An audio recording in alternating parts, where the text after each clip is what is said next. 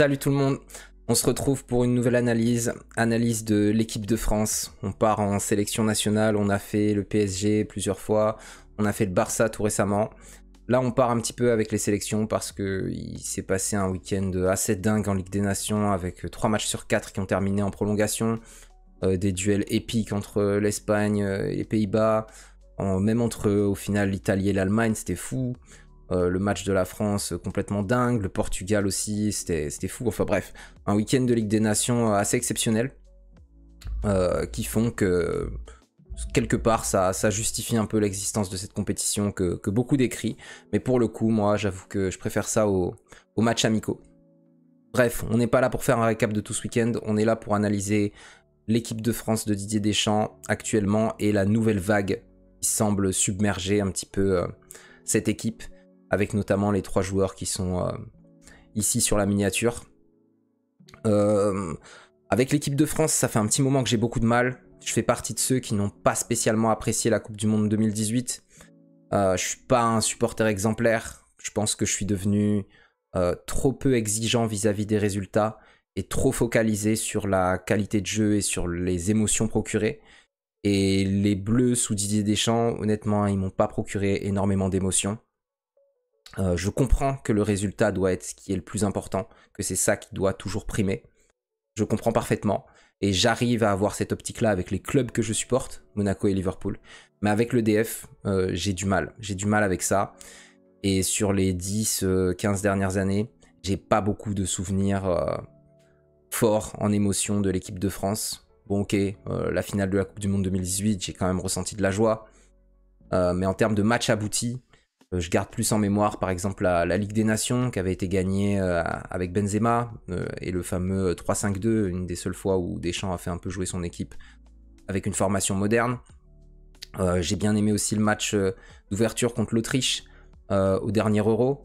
J'ai aussi beaucoup aimé le match d'ouverture de l'Euro 2021 contre l'Allemagne. Mais voilà, c'est des matchs par-ci par-là et par contre j'ai un tas de matchs qui me restent en tête que j'ai trouvé juste ignoble, la demi-finale contre le Maroc, Coupe du Monde 2022, les innombrables matchs nuls 0-0 contre le Danemark dans 1500 compétitions différentes, l'ignoblissime 1-1 contre le Portugal à l'Euro 2021, qualifie les deux équipes piteusement. Bref, j'ai du mal avec cette équipe, j'ai du mal avec cette façon de jouer. Et là, clairement dimanche soir, j'ai revu la lumière. Je me suis dit, waouh, ok, ça y est, c'est reparti, je suis re-hypé, je suis à fond et j'espère qu'on va continuer en gardant les bases qu'il y a eu pendant ce match. Allez, c'est parti, on analyse tout ça. Première chose, l'impression visuelle était équivalente à l'impression factuelle sur ce match, cette victoire des Bleus 2-0 face à la Croatie. On a eu, ce soir, j'ai été vérifié, le nombre d'expected goals produits par l'EDF depuis l'Euro. Et on n'a jamais dépassé les 2,3. C'était contre la Pologne pendant l'Euro. Sur tous les autres matchs, regardez, on est sur du 1,1, 1,14, 1,05, etc., etc. Là, ce soir, contre la Croatie, 3,17. On n'avait jamais passé les 3. Alors après, je sais qu'il y en a qui vont chipoter, qui vont dire oui, mais il y a eu une prolongation en plus, donc je vous ai mis. C'est 2,24 dans le temps réglementaire, mais déjà cette valeur-là, elle est supérieure à quasiment toutes les autres, excepté le match contre la Pologne. Et produire quasiment 1 XG sur juste 30 minutes de prolongation, ça aussi ça doit vouloir dire quelque chose, c'est pas anodin. 2,24 ça reste énorme. 28 tirs, je crois que... Alors ça j'ai pas été vérifié, si vous voulez le faire dans les commentaires, si vous vous chauffez, d'aller voir le nombre de tirs sur les différents matchs de l'équipe de France. Est-ce qu'on a déjà atteint un tel total? 28 tirs, je trouve ça choquant. 5 cadrés, 5 grandes chances de but. Bon, 778 passes, pareil, tous les indicateurs sont au top.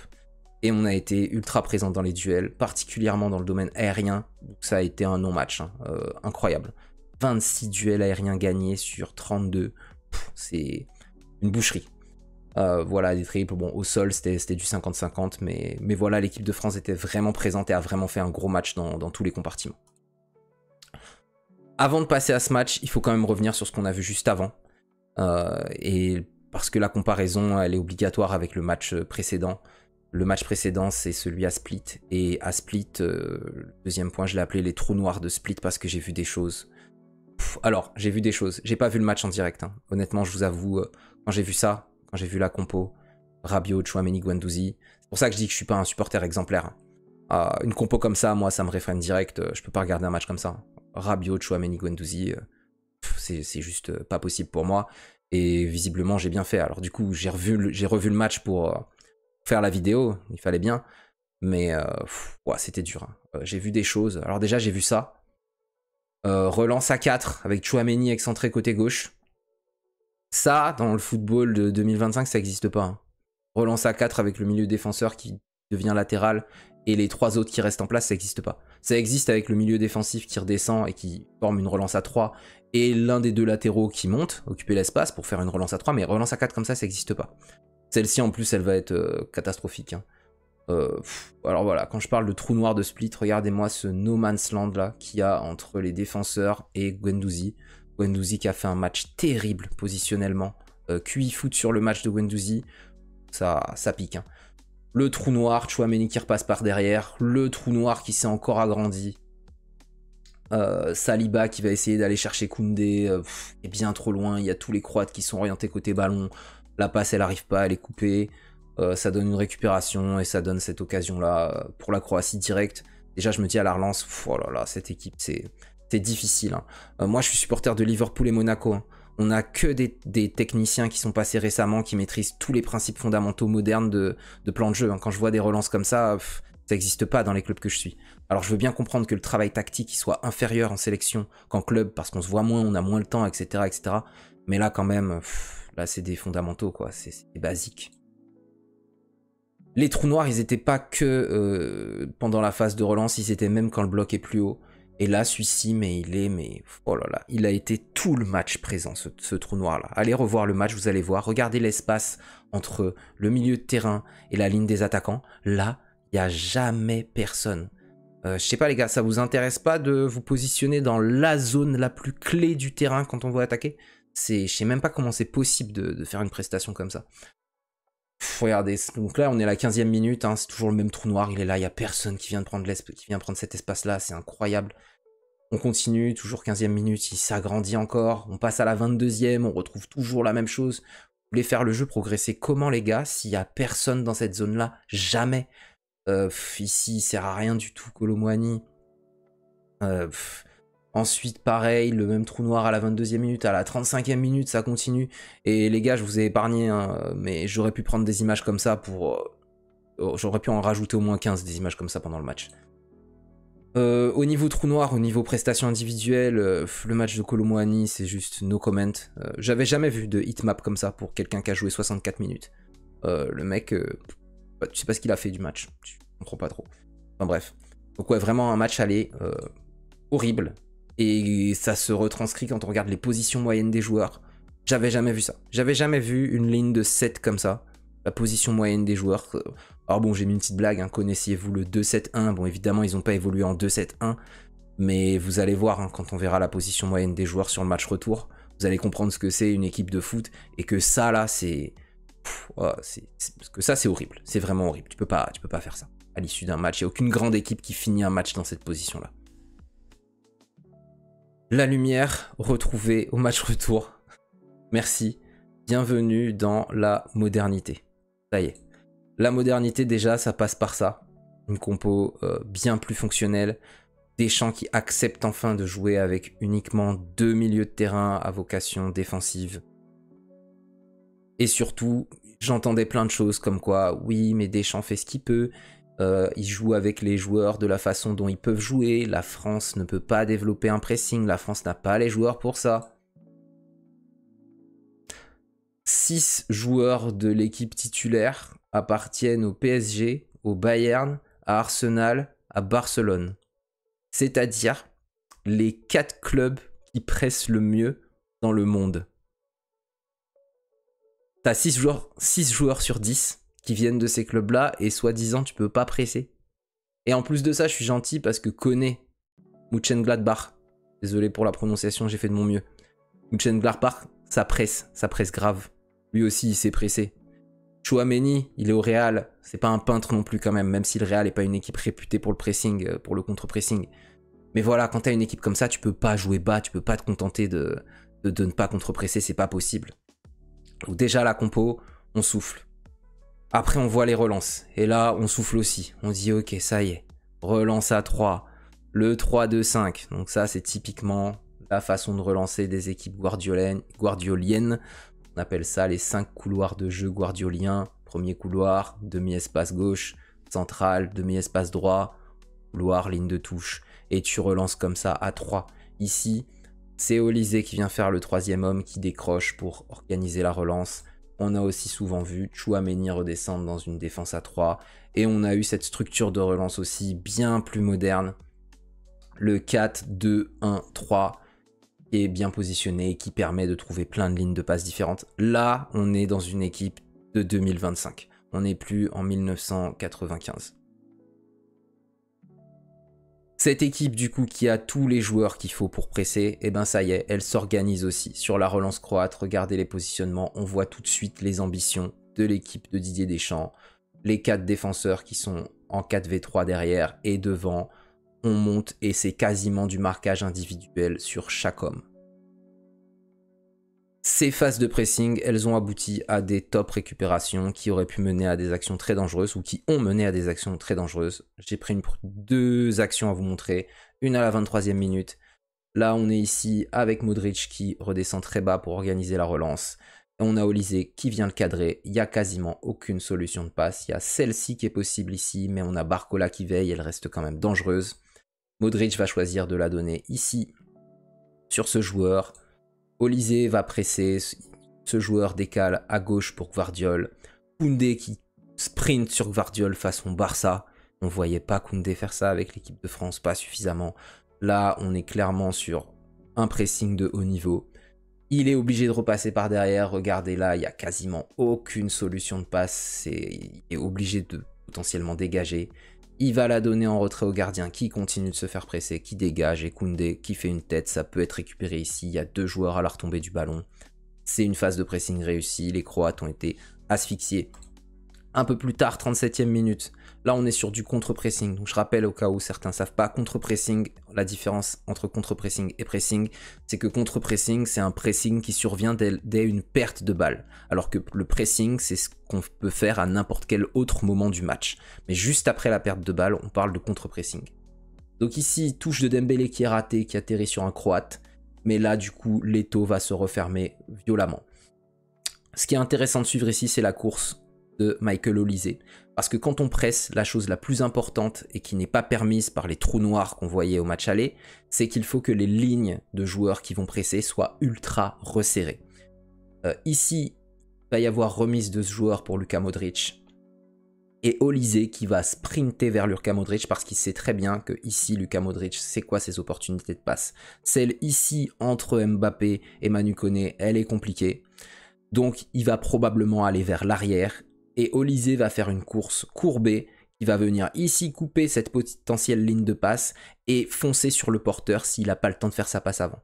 C'est ce qui va se produire. Modric se retourne trop lentement, Olysée intercepte, projection, Barcola part dans l'espace, Olysée le met sur orbite, Barcola qui tire, super barré du gardien. Voilà comment une phase de contre-pressing bien menée avec des joueurs proches, des lignes resserrées, a failli mener à l'ouverture du score dans ce match.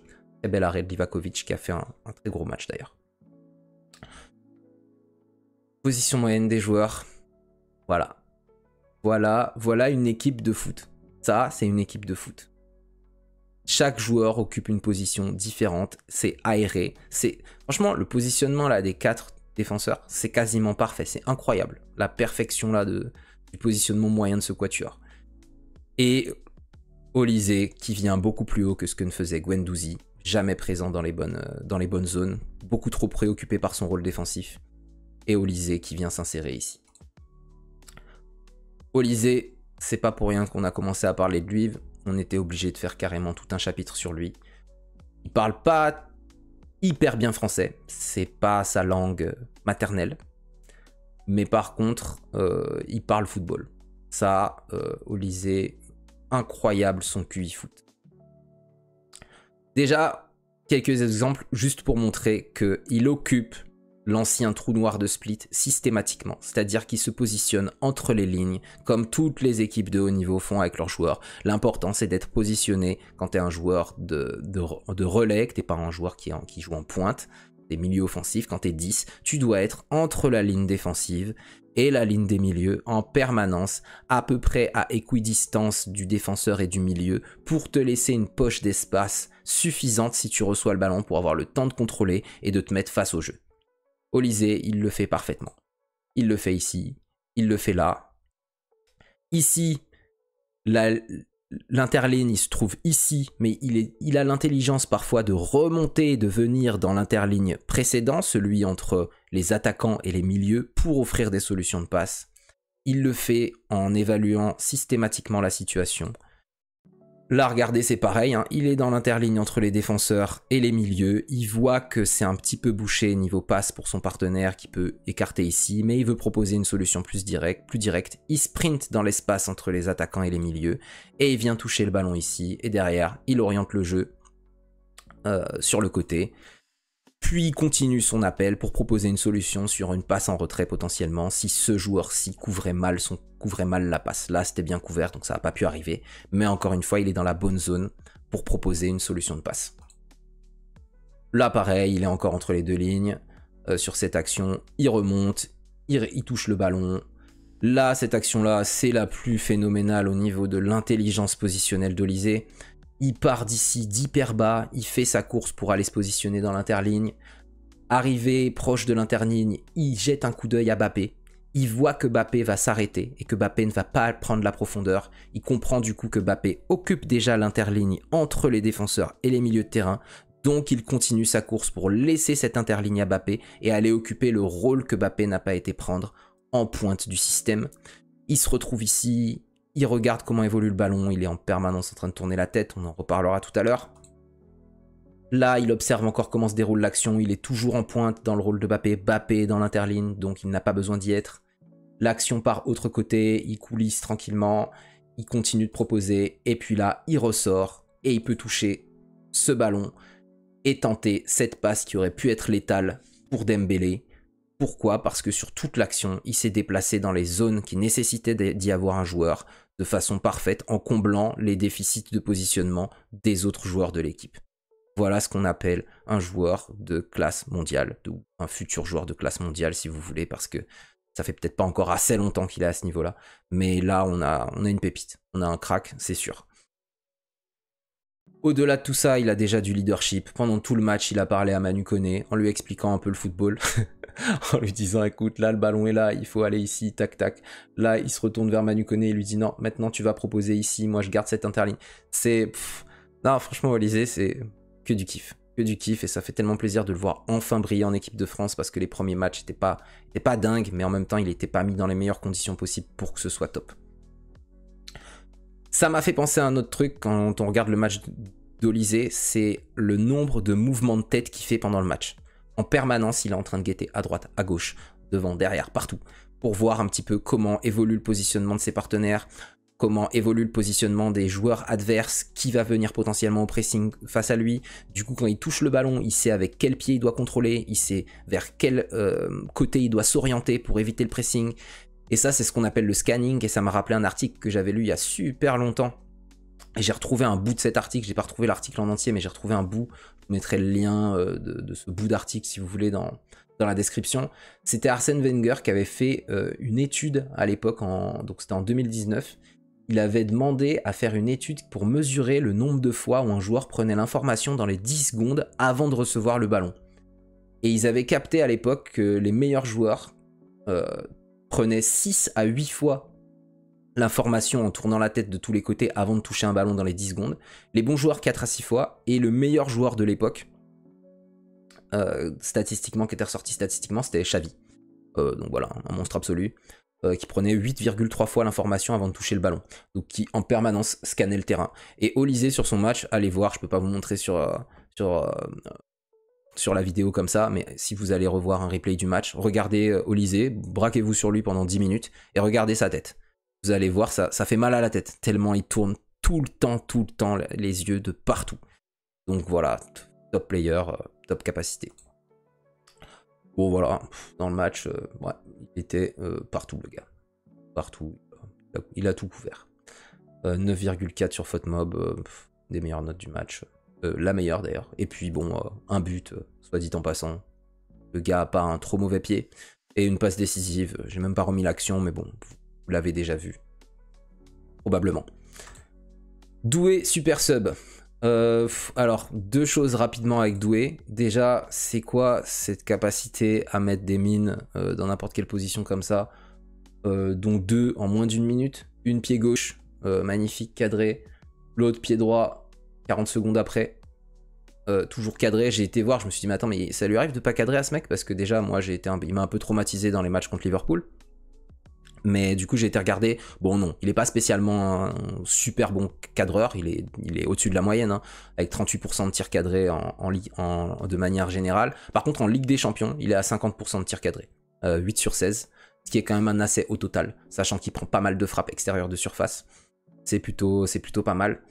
Et Doué super sub parce que son entrée elle a été top et que c'est lui qui a pris le rôle de d'Olysée, pardon. Une fois qu'Olysée est sorti à la 105e minute, c'est lui qui est passé pour occuper l'espace entre l'interligne entre les défenseurs et la ligne du milieu, on le voit ici, voilà. Et surtout super sub parce qu'il a été impliqué dans quelque chose que on voit trop rarement en équipe de France ces dernières années et qui me manquait. Parce que ouais, ce match, c'était le retour du Joga Bonito. Et particulièrement après l'entrée de Doué. Parce qu'il a été impliqué pour moi dans les deux plus belles actions françaises. Qui n'ont pas mené à un but. Mais où on avait ouais, Joga Bonito. Là, ici, on a Hernandez qui décale Doué. Une touche de balle, il remet à Mbappé. Une touche de balle, Mbappé lui remet. 3 touches de balle, il redécale Mbappé. Mbappé qui décale, qui fait 2 touches de balle, qui décale... je crois que c'est Dembélé. Peut-être Colomboigny, je sais plus s'il est rentré. Dembélé qui redécale Mbappé. Ça, si ça finit au fond, c'est juste un top but. Ça finira pas au fond, sera arrêté par Livakovic. Mais ça me manquait. Ça me manquait, ça m'a mis les frissons. Là, on en a une deuxième. Hernandez qui est touché ici. Décale Tchouaméni. Tchouaméni qui donne à Doué. Et là, Doué, il fait une passe. Voilà. Là, si j'arrête la capture ici, vous n'avez pas vu le match. C'est impossible que vous trouviez à quel joueur il a fait la passe. Allez, si, c'est possible. Mais disons que c'est pas du tout au joueur le plus probable. Il y a plusieurs passes probables. La première, c'est la remise vers Tchouaméni. La deuxième, c'est une passe vers Kamavinga, j'ai l'impression, là, qui est projeté. La troisième, c'est une passe ici vers Zaïre Emery. Et lui, il va faire la quatrième. La passe directe pour Mbappé. En une touche de balle, en étant dos à l'action quasiment. Je sais même pas comment il voit la passe pour Mbappé. Passe parfaite de Mbappé pour Mbappé. Remise en une touche de balle pour Kamavinga. Elle est légèrement levée. Kamavinga qui s'adapte à la passe et qui fait par-dessus. Une passe lobée pour Mbappé en une touche de balle aussi. Mbappé qui reprend en reprise de volée. Arrêt de Livakovic. Non mais sérieusement, ça m'avait tellement manqué. Oh là là, non franchement j'ai vu ça, j'étais... Waouh, ça y est.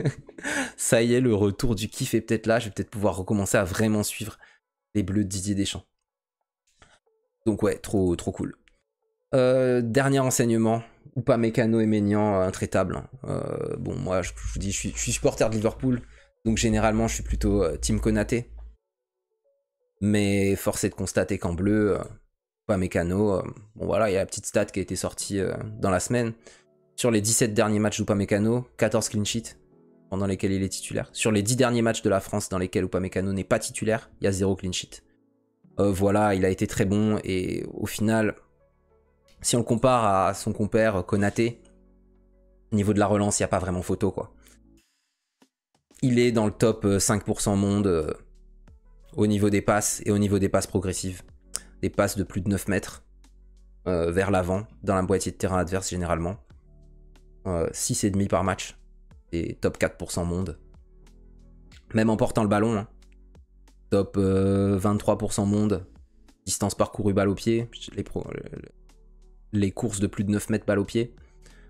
Presque une par match. C'est très élevé pour un décès. Upamecano, ben c'est pas mauvais. Hein. Mais c'est tout moins bon. Et en passe progressive, il est à 4 par match en moyenne. quand même beaucoup moins que 6,50, même s'il joue dans une équipe peut-être moins dominante que le Bayern ne l'est en Bundesliga par rapport à Liverpool en PL. Mais voilà, donc si on veut un défenseur top dans la relance, c'est vrai que probablement que le duo Upamecano-Saliba est plus fonctionnel que le duo Konaté-Saliba. Maignan, fait pas une top saison, hein, regardez. Il prend plus de buts que ce que le modèle prédit qu'il doit prendre.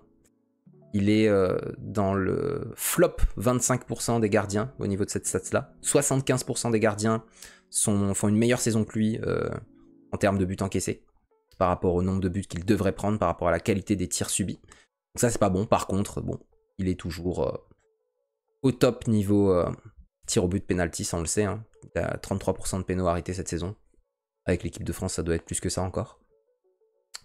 Et force est de constater que comme Upamecano, il a beau faire des contre-perfs en club. Là, très récemment, il a encore fait pas mal de boulettes avec le Milan.